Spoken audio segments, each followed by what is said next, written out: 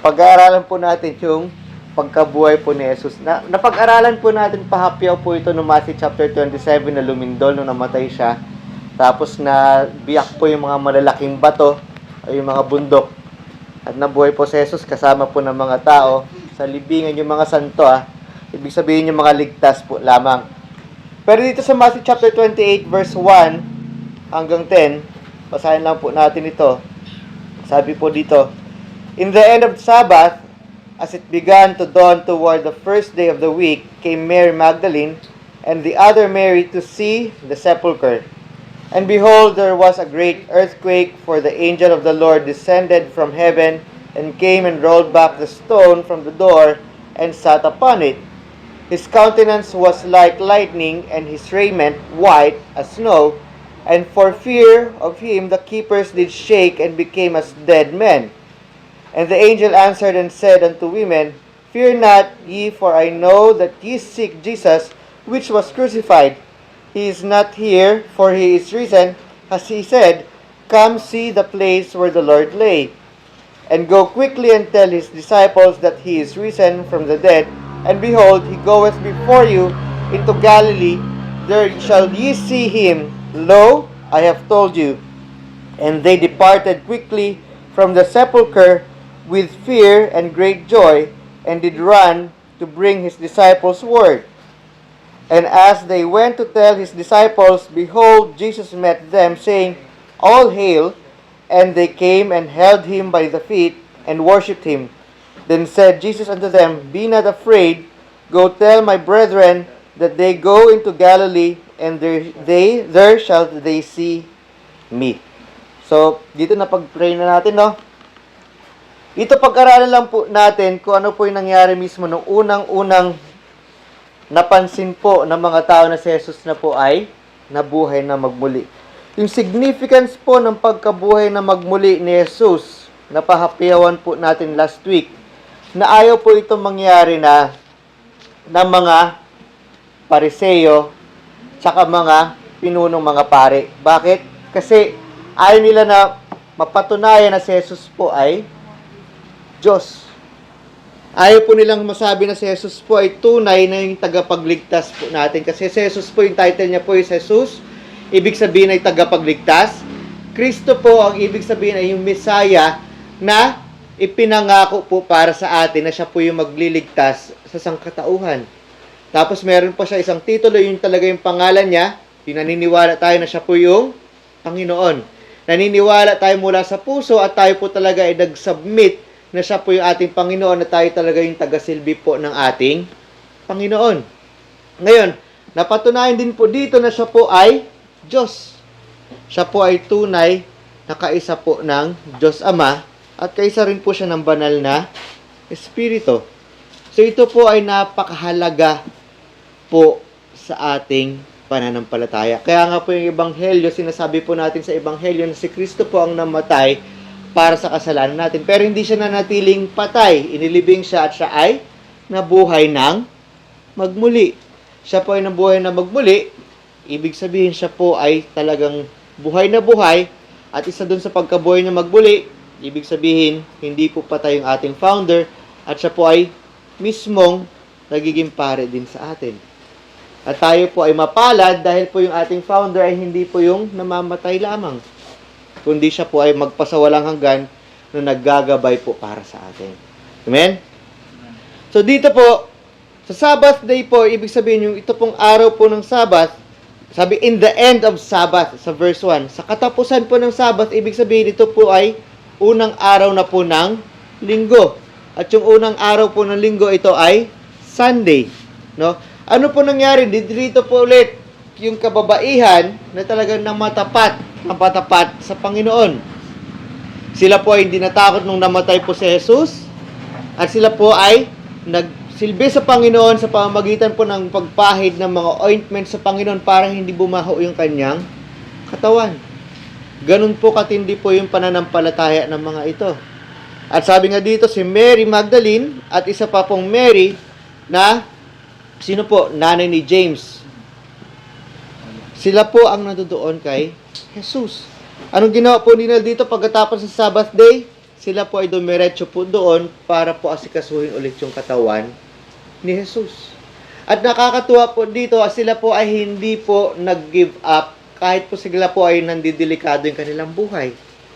Ganun po katindi yung kanilang pananampalataya.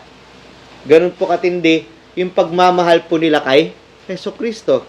Sana po pag tayo po ay hindi po ganun na isang Kristiyano na laging malakas lang yung loob pag marami po o maganda po yung mga nangyayari sa atin.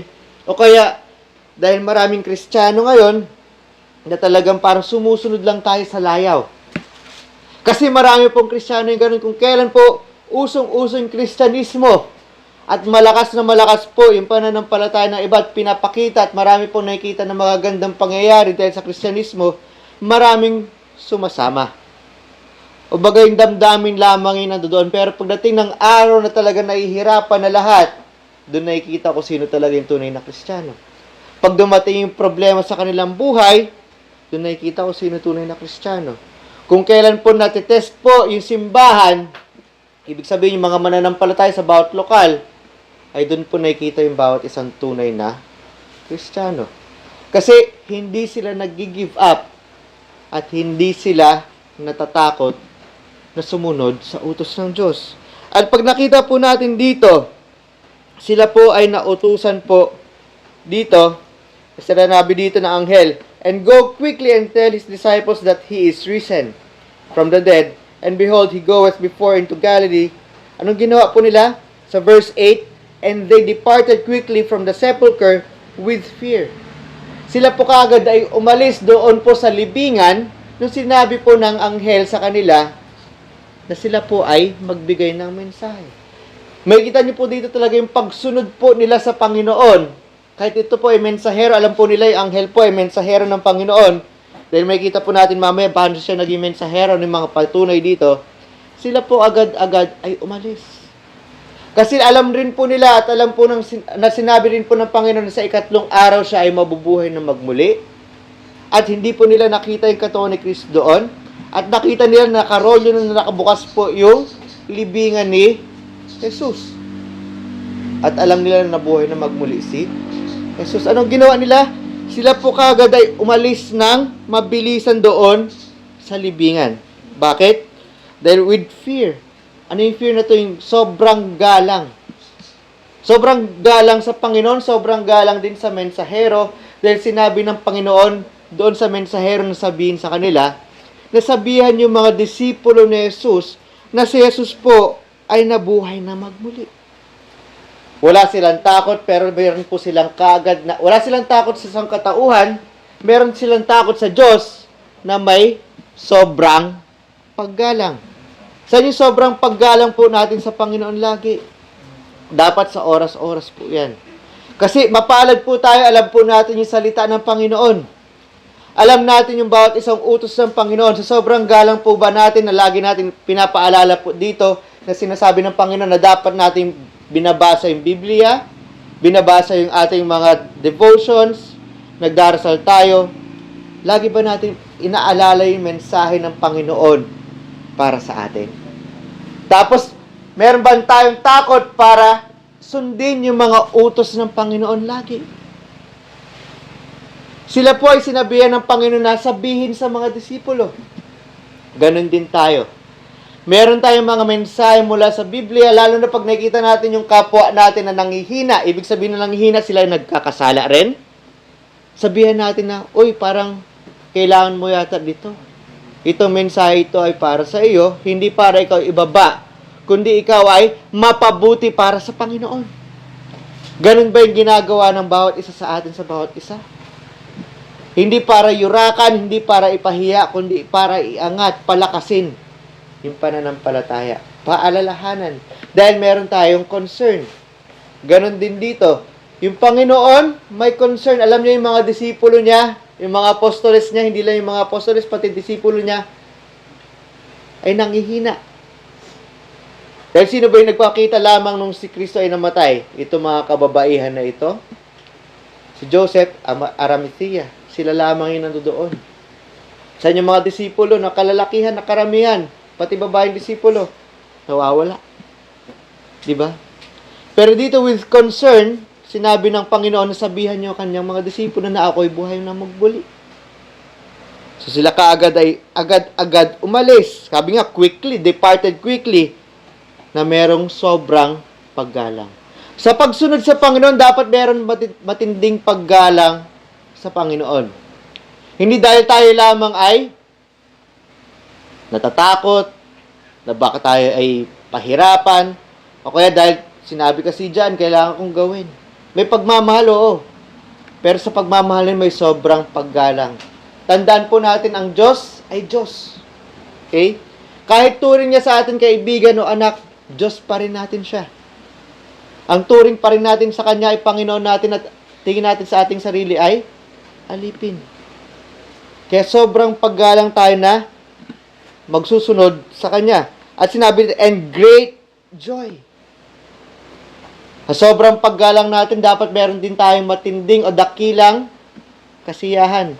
O sobrang kasiyahan. Hindi tayo hirap na hirap. Ay! Pambihira yan. May sinabi yung Panginoon. Ano ba yung mga kinakahirapan natin na gawin para sa Panginoon? Diba? Sa pang-araw-araw natin, sa oras-oras natin, ano yung mga nahihirapan tayong gawin para sa Panginoon? Isipin natin yan. Minsan talagang nahihirapan tayo na pumunta dito, kahit sa worship service na lang, kasi ang init-init, tanghaling tapat. Hindi natin alam. Minsan, pag umagang-umaga naman, mas konti tayo dito.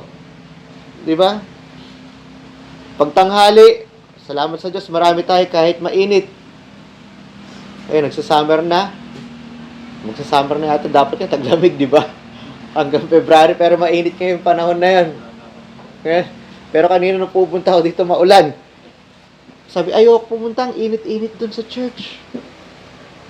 Ang init-init dun sa bahay-sambahan namin. Pero sila, the great joy, kahit sila po ay nahihirapan, kahit sila po ay pwedeng yurakan, kahit sila po ay pwedeng patayin sa mga oras yun, sila po ay sa sobrang paggalang at sobrang saya, sila po ay sumusunod. Tandaan po natin, tayo po ay tinawag ng Panginoon na gawin yung mga gawain niya. Hindi po ito gawain natin. Gawain ito ng Panginoon at binigyan po tayo ng pagkakataon na gawin yung gawain ng Panginoon. Yung simpleng pagdarasal po natin sa bawat isa ay napakalaking bagay na po niyan. Kasi dati sino ba yung nagdarasal sa bawat isa? Sa mga tao, mga pari lamang. Mga Levitico po lamang nung panahon po ni Moises. Yung Levitical law. At hindi sila nakakapagdasal ng diretso sa Panginoon. Kailangan pa nila mag-offer ng kung ano-ano pa. Pero sa oras na ngayon, dahil tayo po ay Kristiyano, tayo ay dinidinig ng Panginoon. Diba? Sa 1 Peter, binigyan tayo ng pagkakataon na tayo po ay mga pari. Nakadiretso tayo sa Panginoong Hesukristo dahil si Kristo po yung pinunong pari po natin. Kaya pag-pray po natin yung bawat isa. Napakalaking bagay na po niyan. Diba? Royal priesthood pa ngayong tawag sa atin. Ibig sabihin, tayo ay dugong bughaw na mga pari.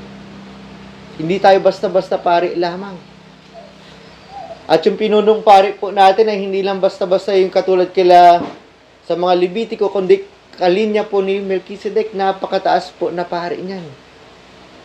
Ibig sabihin nun, kaya siya hinatulad kay Melchizedek, siya po ay napakataas na pari. Kaya nga sinabi sa John chapter 14 verse 6, I am the way, the truth, and the life. No one cometh to the Father but by me. Pero tayo nakakadiretso kagad kay Hesukristo na magdasal. Napaka-blessing po nan sa atin yan. Meron pa tayong sobrang paggalang, tsaka sobrang tuwa na pagdasal yung bawat isa sa atin. Kaya nga kinokollect natin yung mga prayer request ng bawat isa, kasi ipagdarasal natin yung mga bagay na yan. Isa pa, kapag kayo ay mahilig magbasa ng news, o kayo makinig sa news, di ba? O makita po yung mga galit sa atin, o yung mga nangyayari sa atin, pagdasal natin sila. Hindi po dapat ito mag-spark na sobrang inis natin sa tao. Mainis tayo sa ginagawa nilang kasalanan at kailangan natin silang pagdasal na sana makakilala sila sa Panginoon. Diba? Yung mga bagay na yan. Yung pagbasa pa lamang ng Biblia, tayo ba'y natutuwa dyan na tayo magbabasa ng Biblia? With great joy ba na nakikita natin na napaka-importante nitong salita ng Diyos? Pero hindi isa yata sa inyo, wala pa nakakabasa ng Biblia ng buo. Diba? With great joy, sana isang buong taon, nababasa natin yung buong Biblia. Hindi once in a lifetime lang ito. Ang pinakasikat na libro, pinaka-saleable na libro, pinakamaraming nabentang libro ay itong Biblia. Pero kadalasan parang for show lang, o pang pakitang tao lamang. Hindi po yan nadoon sa inyong bahay para maalikubukan. At hindi yan dapat naiiwan sa bahay. Maganda nga, meron tayo maliliit na Biblia. May maliit akong Biblia. Yung binigay sa inyo. Saan ba yan? Ganda-ganda nitong Biblia na ito. O, kanino ito? Diba? Ganda ng Biblia na ito. Napaka-portable. Nadadala ako kung saan-saan. Dito ko lang hindi dinadala dahil may naiwan akong Biblia dito eh. Diba? Pero, nadadala ba natin sa church? Bilang isang Kristiyano, yung binga sa baptist natin, ibig sabihin, Bible. Diba? Authority. Sana binabasa natin yan. Napakalaking pribilehiyo. Sobrang galang natin sa Panginoon, babasahin natin. Sa sobrang saya po natin, babasahin natin. Napakalaking regalo po ng salita ng Diyos. Hindi na tayo dapat manghula pumunta lagi sa mga propeta. Dahil dito na nakasulat yung salita ng Diyos. At sinabi nga, kumpletong-kumpleto na ito para sa pang-araw-araw natin. Isa pa sa mga nakakalimot natin na lagi pinapaalala sa atin ng Panginoon, hindi si pastor ginagamit lang ako ng Panginoon para ipaalala sa atin bawat isa. Ibinibigay ba natin yung magandang balita mula sa salita ng Diyos? Aside sa Ebanghelyo. Diba? Congratulations sa kahapon sa inyo, no? Salamat sa mga diwa na si kay Joraline, si Raisa, si Jacob. Diba? Sino pa yung mga tumulong in the background? Di ko alam kung sino kayo. Pero maraming salamat sa inyo. Talagang sumunod kayo sa Panginoon para ituro yung salita ng Diyos sa mga maliliit na tao. Ay, maliliit na tao, ibig sabihin sa mga bata, sa children. Okay? So, sana tuloy-tuloy yan. At napakalaking bagay ng mga bagay na yan. Tayo kaya, sa ating sarili, naipapakita ba natin sa ating kilos at nagagawa ba natin na talagang sabihin yung magandang balita? Aside sa magandang balita, kung paano kumilos bilang isang Kristiyano. Salamat sa inyo yung mga bata, kahit maliliit pa yan, kahit sabihin natin hindi pa makakaintindihan, hindi natin alam kung paano kumilos yung Diyos. Merong iba, bata pa lang, naliligtas na. At nakikita yun habang buhay, sila po ay talaga nagpapakita ng prutas ng kaligtasan. Na ipapakita nila yung quality po ng prutas ng banal na espiritu sa kanila. Yung good character po nila, yung good morals po nila, nahuhulma habang bata pa lang sila. Yun po yung goal natin. At sana, talagang sila po ay paglaki, sila rin po ay maging teacher din sa mga maliliit na bata, sa mga anak din nila. Amen? So tayo po ay magsikap po sa ganyan, sa mga bagay po na yan. Yung giving natin, isa na lang sa mga bagay na yan na form of worship sa pagbibigay sa Panginoon. Sa inyong offering, kahit maliliit po yan, nakapag-children's ministry po tayo. Amen? So, those things po, pero po dyan, napapakita ba natin yung mga maliliit na bagay sa pagsunod sa Panginoon? Sa pang-araw-araw natin, sa oras-oras ba natin, naalala ba natin yan? May conversation ako kagabi sa isang tao, dahil sa Matthew chapters 5, 6, pero sa 5 yun, sa 5, diba? Sa isip pa lang po natin, dapat di na tayo gumagawa ng mali. Diba? Dahil sinabi ng Panginoon, narinig nyo at alam nyo sa batas na bawal pumatay. Alam nyo yun, di ba? Pero sabi nga rin, pag kayo sa isip nyo ay talagang galit na galit kayo sa kapwa ninyo o sa kapatid ninyo, kayo na rin ay pumapatay. Sinabi nga rin doon, alam ninyo at narinig ninyo dahil sa batas na bawal ang mga lunya. Pero pag sa isip nyo pa lang ay tumitingin na kayo sa babae, sabi ganyan sa kalalaki dahil yung mga kausap niya ay mga Hudyo, at kayo nag-iisip na, ibig sabihin ng kung ano-ano, nakahalayan sa isip nyo kayo na ay nangalunya na rin. Paalala pa lang dito, habang tayo pa lang ay nag-iisip, at pag ine-entertain natin yung mga masasamang isip niyan, nagkakasala na tayo. Pero habang tayo na bigla pumasok sa isip natin na talagang, Lord, tulungan niyo ako na hindi gawin ito, at iniiwasan natin na isipin, nakaiwas tayo. Diba, dun pa lang dahil sa isip, dahil bakit? Dahil sa pagmamahal natin sa Panginoon, nagkakaroon tayo ng sobrang tuwa at sobrang galang sa Panginoon na hindi gumawa ng mga maling mga bagay. Sa oras ngayon, tayo kaya ay natutuwa kahit nakakaantok si pastor magsalita na makinig sa salita ng Diyos. Ito po yung ginawa ng mga kababaihan dito. Bilang isang mananampalataya. Amen? Bilang isang mananampalataya. At may kita nga natin dito, talagang sila po ay, nung pumasok po doon sa sepulcher, na nakita nila yung anghel, sila po ay talagang nakinig agad. Sila po ay natatakot dahil sila nakita nila ang anghel eh. At makikita po natin bakit sila natakot sa anghel. So makikita po natin dito sa verse 2, di ba? And behold, there was a great earthquake. Nagkaroon po ng malakas na lindol. Ngayon po, ang daming mga lindol ngayon. Kailan ba yun? Nung last week, October 5 yata yun, sa Bogo, Cebu. Lakas sa earthquake, 6.9. Ang daming namatay. Tapos sa Davao Oriental naman, buti na sa dagat yung epicenter, nung umaga, 7.4.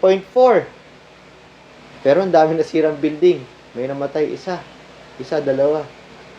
Bata pa yata, baby pa yata yung namatay. Siguro na-shock yung baby, hindi naman nahulog sa kama.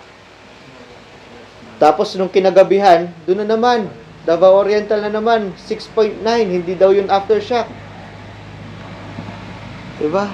Pero bago yung araw na yun, bago sa Davao, dito sa Baguio, tsaka La Union, 4 point something. Medyo malakas-lakas. Kung di nyo nga alam, kailan ba yun? Kagabi. Kagabi yata yan. May maliit na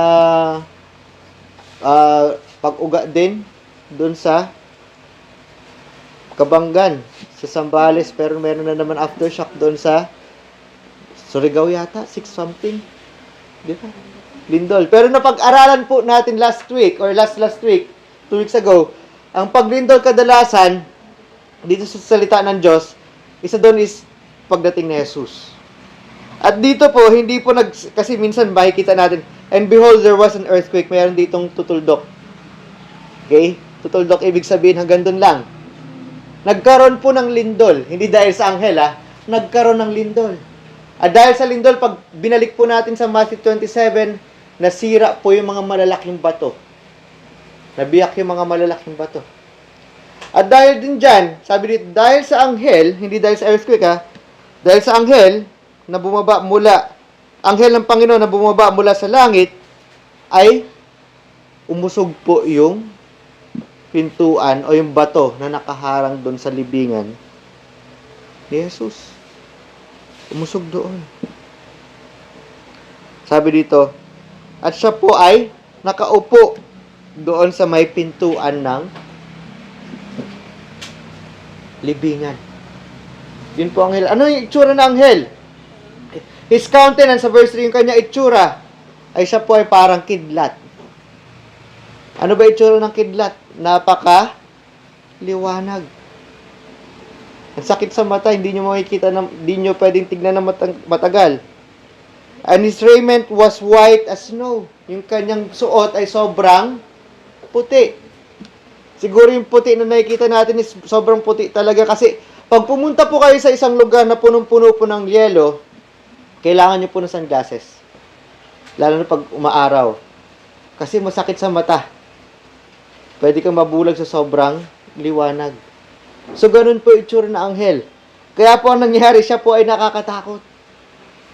Ganun po yung anghel. Ano ba yung anghel na ito? Ang anghel po ay minsan ibig sabihin ay mensahero. Siya yung mensahero ng Panginoon. Ang sabi niya nga dito, sa verse 5, ang anghel po ay sumagot, sabi sa mga babae, huwag kayong matakot. Alam niyo, anghel na ito, siya hindi na nagkakasala dahil siya po yung anghel na natira po sa langit na hindi nagrebelde laban sa Panginoon. 1/3, sabi ng karamihan sa pag-aaral, 1/3 ng mga anghel ang mga sumama kay Lucifer. So ito, ang anghel na ito, malamang si Gabriel ito, kasi si Gabriel po yung mensahero. Yun po talaga yung gawain ni Angel Gabriel. Diba? Sabi niya, huwag kayong matakot. Ang anghel po ay ganito. Dahil siya po ay hindi nagkakasala, siya po ay loyal na loyal sa Panginoon. Agad-agaran po siya po ay ginagawa niya yung kagustuhan ng Panginoon. At ang mga anghel, dapat ganito natin makuha, atat na atat sila na utusan ng Panginoon. Kasi alam nila yung kanilang role eh. At sila po ay wala nang bahid na magkakaroon ng mga ideya o damdamin na pakasalanan. So sila po lagi nag-aantay. They always wait for the Lord. Parang waiter. Ano ba'y pwede pagsilbi sa Panginoon? Sana ganun din tayo. Ano ba'y pwede kong gawin sa Panginoon? Laging atat. Alam niyo po ito yung gawain ng mga Kristiyano dati. Bakit ba si Pablo sobrang init sa Panginoon na kung saan-saan pumupunta para ibigay yung ebanghelyo ng Panginoon? Kasi atat na atat siya gawin yung gawain ng Panginoon. Sana ganun din tayo. Atat na atat tayo para sa gawain ng Panginoon. Hindi atat na atat sa mga bagay na pangkatawan lang natin.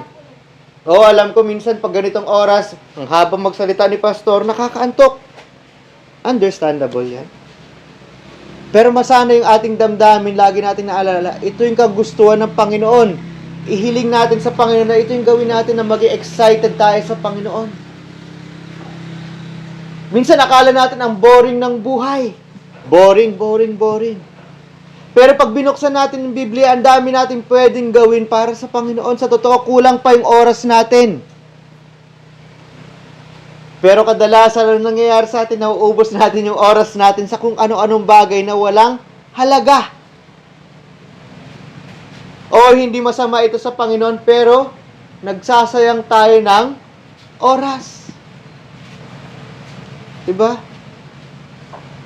Dahil hindi ito para sa Panginoon, para lamang ito sa ating kadamutan.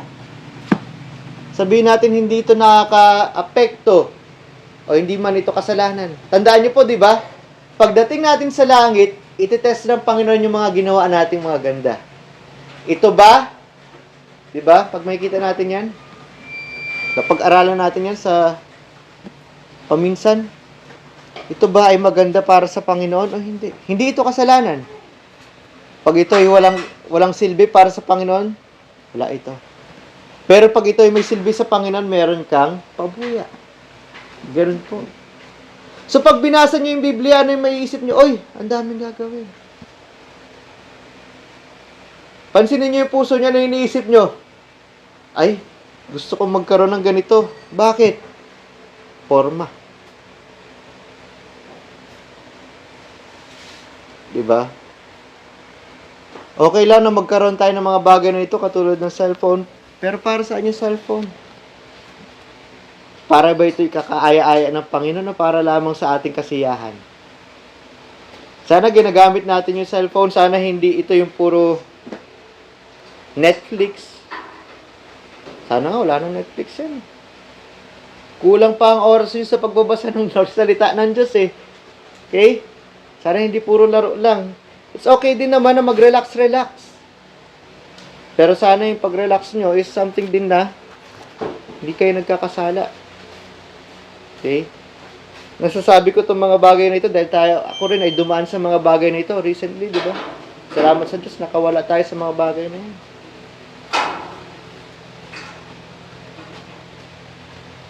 Excited pa ba talaga tayo? Katulad ng anghel? Ano ba yung kagustuhan ng Panginoon?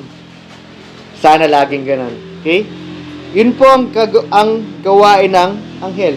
Kaya nung siya po is inutusan na sabihin sa mga kababaihan na yan, buksan mo yung pinto ng aking libingan, ginawa niya kaagad.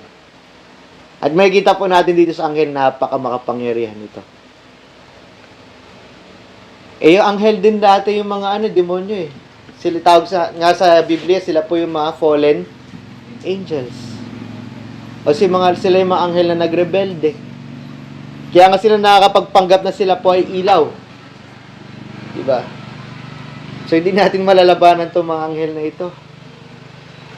Kapag kayo tinutukso, tayo laging umaasa sa Panginoon. Isang magandang reminder lang ito.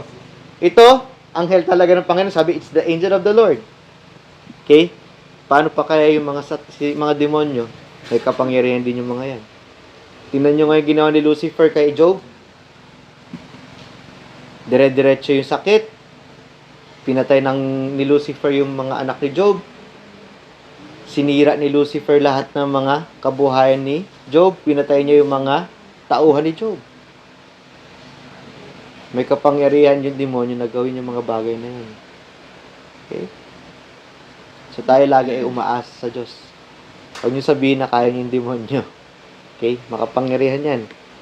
At ang magaling nga sa demonyo, hindi niya kayo sabihin na, ay gawin mo itong malalang bagay, kundi i-entertain kayo. Pakonti-konti yan, kukondisyon yung utak natin na gawin yung mga masasamang mga bagay. Kaya sinasabi ko, iwasan natin yung mga palabas na hindi maganda. Okay? Pag wala tayong matututunan. Okay? Siguro, mga magulang, tignan nyo yung mga anak ninyo, ha? Baka games ng games yan. Pero yung nangyayari sa games nila is talagang nagiging, iba nagiging brutal eh, yung mga bata. Kasi yun yung nakikita nila sa games at ginagaya nila yung mga nasa games. Okay? So dito may kita natin again, sa mga kababaihan, sila po ay may takot o paggalang, at sila po kaagad ay merong kasiyahan sumunod sa Diyos. Paano pa yung anghel na perpekto? Ito yung gawain na natin sa Panginoon. Siya po ay lagi nag-aantay sa Panginoon at excited na gawin yung gawain ng Panginoon. Napaka makapangyarihan na anghel, pero isipin nyo gusto niyang gawin yung gawain na pinapagawa sa kanya ng Panginoon. Sana tayo lagi excited para sa Panginoon, inaantay natin ano ba ang gusto ng Panginoon. Sana hindi na tayo magkakaroon ng idle minds kasi kulang talaga yung oras natin para sa pinapagawa ng Panginoon sa atin. Ulit, pribilehiyo po gawin ang mga gawain ng Panginoon. Ayun po. Sa verse 9, may kita po natin dyan. And as they went to tell his disciples, yung mga kababayan, and behold, Jesus met them, saying, All hail. Ito na si Jesus. Si Jesus po ay laging nandiyan. Alam niya, merong kabay mga kababaihan na ito. Dahil alam nila na sila po ay gumagawa at alam nila na pinapakita nila sila po ay kasamahan ni Jesus. Hindi sila natatakot. Alam nila na pwede silang hulihin anytime. Pero noon sinabi ni Jesus dito ayon kay Mateo, all hail. Ano ibig sabihin ng all hail? Kayo po ay magsisaya. Magsisaya kayo, huwag kayong matakot. And they came and held him by the feet and worshipped him. Makita nyo na naman yung mga kababaihan. Nung nakita nila si Jesus, agad-agad sila ay nagpakatira pa para kay Jesus. Sila po ay nagpakatira pa kay Jesus. Ibig sabihin si Jesus po talaga yung Panginoon. Pero bilang Panginoon, makikita po natin yung Panginoon natin dito na siya po ay napakabait na leader. Sabi, magsisaya kayo. Una sa lahat, buhay ako. Sana tayo hanggang ngayon, masaya tayo kahit hindi pa Pasko, o kahit sabihin natin, mahal na araw, inaalala lang natin siya inamatay, pero kahit anong araw yun, dapat tayo ay masaya. Di lamang sa araw ng Pasko, dahil buhay na buhay po yung ating Panginoon. Then said Jesus unto them, Be not afraid. Alam ni Jesus, may takot sila. Pwedeng takot kay Jesus dahil nabuhay siya magmuli, pero alam nila na mangyayari yan. Pero isa dito is, huwag kayong matakot. Buhay ako. Ito ako. Hindi ako patay, kundi ako buhay na buhay. Kaluluwa, espiritu. Buhay na buhay ako.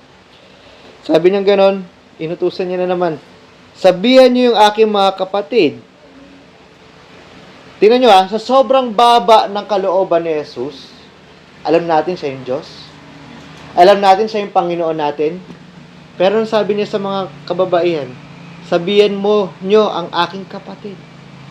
Nakikilebel siya sa atin.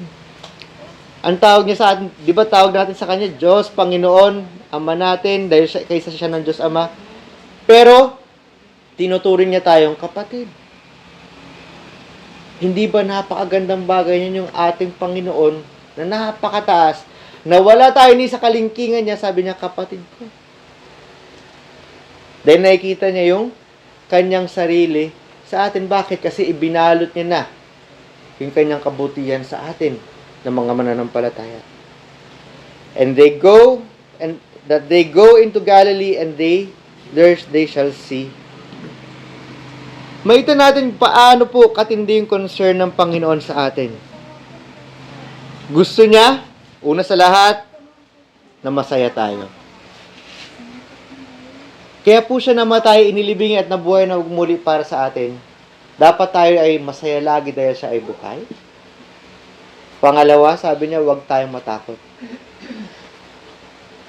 Tayo lagi ay may kaba sa ating sarili dahil lalo na pag gagawin natin yung kagustuhan ng Panginoon, kaya gawain na pinapagawa sa atin ng Panginoon, na actually gawain niya yun, nawawala sa atin yung kasiyahan, yung takot, yung paggalang, nawawala sa atin yung joy sa paggawa nito. Kasi nauuna natin isipin yung ating sarili. Nakakalimutan natin gamitin yung lakas ng Panginoon na nasa atin na. Dahil yung banal na Espiritu ay nasa atin na. Pero yung Panginoon lagi pinapaalala sa atin, kayo magsisaya, tayo ay hindi dapat matakot at gawin nyo itong bagay na pinapagawa ko sa inyo. Isipin nyo, sinabi na ng mensahero sa kababaihan. Pero para mas tumindi yung saya at tumindi yung pagkakampante o yung pagkawala ng takot ng mga kababaihan na ito, sabi niya, andito ako. At sabihin mo sa aking mga kapatid din. Sabi niya, kapatid tayo. Dati may alala natin, bago tayo maligtas, sobrang makasalanan natin, kaaway tayo ng Diyos. Basta Roman, sabi, while we were yet sinners, Christ died for us. Sa lahat ng nanampalataya, sobrang saya dapat natin lagi, dahil siya po ay ating kapatid. Turing niya sa atin kapatid. Kapatid tayo ng Diyos. Sabi niya, mga kapatid ko. Pero huwag natin kalimutan na Panginoon pa rin natin siya. Amen? Kasi minsan, pag nakikita natin kapatid siya, minsan, baka sinasawalang bahala na natin siya. Huwag natin isawalang bahala yung Panginoon. Sa ating pang-araw-araw, pag-remind natin nung last Friday, sana yung mga wala ay, di ko na ilagay sa Facebook na meron tayong preaching doon last Friday, pero nasa YouTube na. Okay? Pakinggan nyo sana. Na dapat natin lagi inuuna yung Panginoon sa lahat ng bagay. Amen? Amen. Inuuna natin siya. At dito, nire-reinforce ng Panginoon na dapat meron tayong sobrang saya. Huwag tayong matakot. Magkaroon tayo ng paggalang sa Panginoon. At inaantay natin ang inaantay kagustuhan ng Panginoon. Dahil lahat ng mga bagay na pinapagawa sa atin ay gawain ng Panginoon. At sana, mas mapatibay yung ating kalooban na basahin natin lagi yung Biblia at sa puso natin gagawin na lahat ng bagay ng mga ito. Amen? Amen.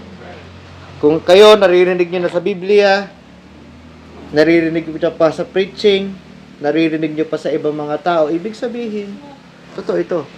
Pero yung pinakatotoo, lagi nasa salita ng Panginoon. At basahin natin sa konteksto ito Kasi minsan ako nag-aalala, baka nakikita nyo sa Facebook o sa ang social media dyan, minsan ang ganda ng sabihin. Ito isang lang, medyo commercial lang. Meron ako nabasa na isang mensahe. Sabi ganun, dapat tayo ay hindi nagiging prejudice o hindi natin sinasabihan yung ibang tao na masakit. Kasi lahat tayo magkakapatid dahil lahat tayo likha ng Panginoon. Pero tandaan po natin, diba? Magkakapatid siguro tayo dahil lahat tayo nilikha ng Panginoon. Pero di tayo lahat magkakapatid spiritual. Kinuha out of context yun. Kailangan pa rin natin sabihin na dapat sila maligtas dahil sila ay makasalanan. Masakit sa tao, malaman sila ay makasalanan. Masakit sa atin yan. Kahit tayo mga Kristiyano, pag nasabihan tayo sa kasalanan natin, nasasaktan yung ating makasalanang katawan. Pero salamat sa Diyos na talagang ginagamit lagi yung kalakasan ng Panginoon, yung pananampalataya ng Panginoon, ay nasasapawan yung sakit na yun ng kasiyahan dahil napagsasabihan tayo ng Panginoon. Tayo ay masaya, ay mahal ako ng Panginoon. Pero siguro sa mga baby na Kristiyano pa dyan, na pagsabihan na dahil biblical naman, binigay yung biblical evidences, ay nasasaktan, iiyak. Baka hindi pa kayo matured. Diba? Yung sobrang mainitin yung ulo dyan, ha? Iba, sobrang tagal na sa church, sobrang mainitin yung ulo, sign of immaturity pa rin yan. Okay, overcome nyo sa pamamagitan ng Panginoon dahil ganun din po ako natuto. Amen? So, pansinin nyo, ang ganda pakinggan, pero mali pala. Diba? Sa John chapter 8, sabi, ye are of your fathers the devil. Kasi hindi pa sila ligtas eh. Okay? So, tandaan po natin yan. Pwede tayo maligaw. Kaya, basahin natin yung Biblia, konteksto. Alam niyo po ba ibig sabihin ng konteksto? Ibig sabihin, hindi nyo kinukuha lamang yung parte ng sinabi ng Panginoon. Pag kunwari, sinabi ni Jacob, ako ay masaya kahit po may sakit yung aking kakilala kasi siya rin po ay pinapagaling na ng Panginoon. Kunyari, sinabi mo Jacob yun, ako ay masaya dahil kahit may sakit po yung aking kaibigan dahil nakikita ko siya ay pinapagaling ng Panginoon. Pero pag tinanggal yun dahil siya ay pinapagaling ng Panginoon, ako ay masaya dahil may sakit yung aking kaibigan. Di ba napagbintangan ka na, Jacob? Di ba ang pangit nun? Uy, masaya daw si Jacob dahil may sakit yung kaibigan niya. Pero yung konteksto nun, may sinabi pa siyang kasunod na dahil pinapagaling siya ng Panginoon. Di ba? Kinuha sa walang konteksto. So, ganun po yun. Kaya kailangan nating basahin ng maigi yung salita ng Diyos.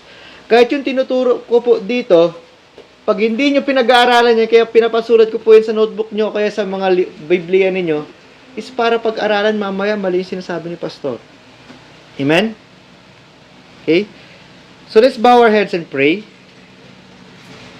At kung kayo po ay merong kahinaan na sa mga bagay na ito na katulad po ng anghel na talagang lagi nag-aantay at excited ko na yung utusan ng Panginoon, pag-pray natin sa ating sarili na gawin natin ito. Ganon din na kung tayo puro takot lamang at hindi magawa yung kagustuhan ng Panginoon, magkaroon tayo ng lakas ng loob at kasiyahan sa paggawa nito para sa Panginoon. At gawin natin ito ng buong pagmamahal at buong paggalang sa Panginoon. Lord, we pray, itong mga natutunan namin ngayon, ayon sa inyong salita, ay gawin po namin. Kami po ay maging magalang, kami po ay maging excited, at lagi namin hanapin kung ano yung kagustuhan po ninyo, ano yung pinapagawa niyo po sa amin. At ito po ang laging nasa isip namin, ito ang laging lumilikot-likot sa aming isip at hindi kung ano-anong mga bagay na kadamutan lang namin. Patawarin niyo kami, Panginoon, pag kami lagi takot at hindi umaasa sa inyong lakas at kami umaasa lagi sa lakas lang namin.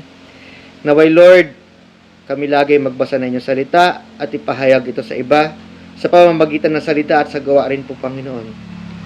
Naway, Panginoon, hindi po ako napansin, kundi kayo po. At kung meron pong mali dito, i-rebuke niyo po ako. Gamitin niyo po ang aking kapatiran para dito. Ganon din po, Panginoon, sa lahat po na nasabi kong tama mula sa aking bibig, ay malaman nila ito po ay galing sa inyo at hindi po sa akin pagkat ako po ay gamit lamang. Maraming salamat, Panginoon, at basbasan niyo po yung bawat isa dito. Bigyan niyo po sila ng maraming biyaya. At huwag niyo po silang pabayaan na sila po ay mapunta sa sakuna o kahirapan o sa sakit o kalungkutan. And we pray all this, Lord, in Jesus' name. Amen.